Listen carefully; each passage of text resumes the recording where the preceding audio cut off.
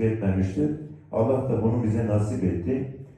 Biz bunu yapmak için ben inanın Van Spor'a her zaman söylemişim, borç olarak vermemişim. Stadımız artık başlanmak, yani stat verildi, o da başlanacaktır. Verdiğimiz sözlerin hepsini teker teker yerine getirmenin mutluluğunu yaşıyoruz. En büyük mutluluğumuz da şampiyonlukla taşlandırdık. Yeni yönetim kuracağım.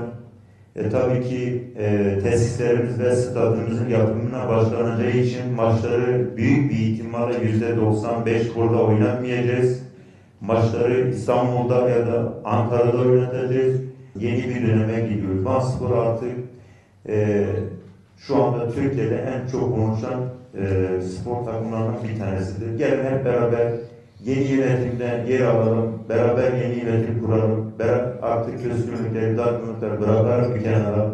Bütün eski başkanlarımızı davet ediyorum. Gelin Van Spor'un etrafında birleşelim. Van Spor'u sahipsiz bırakmayalım, Van Spor'u yalnız bırakmayalım.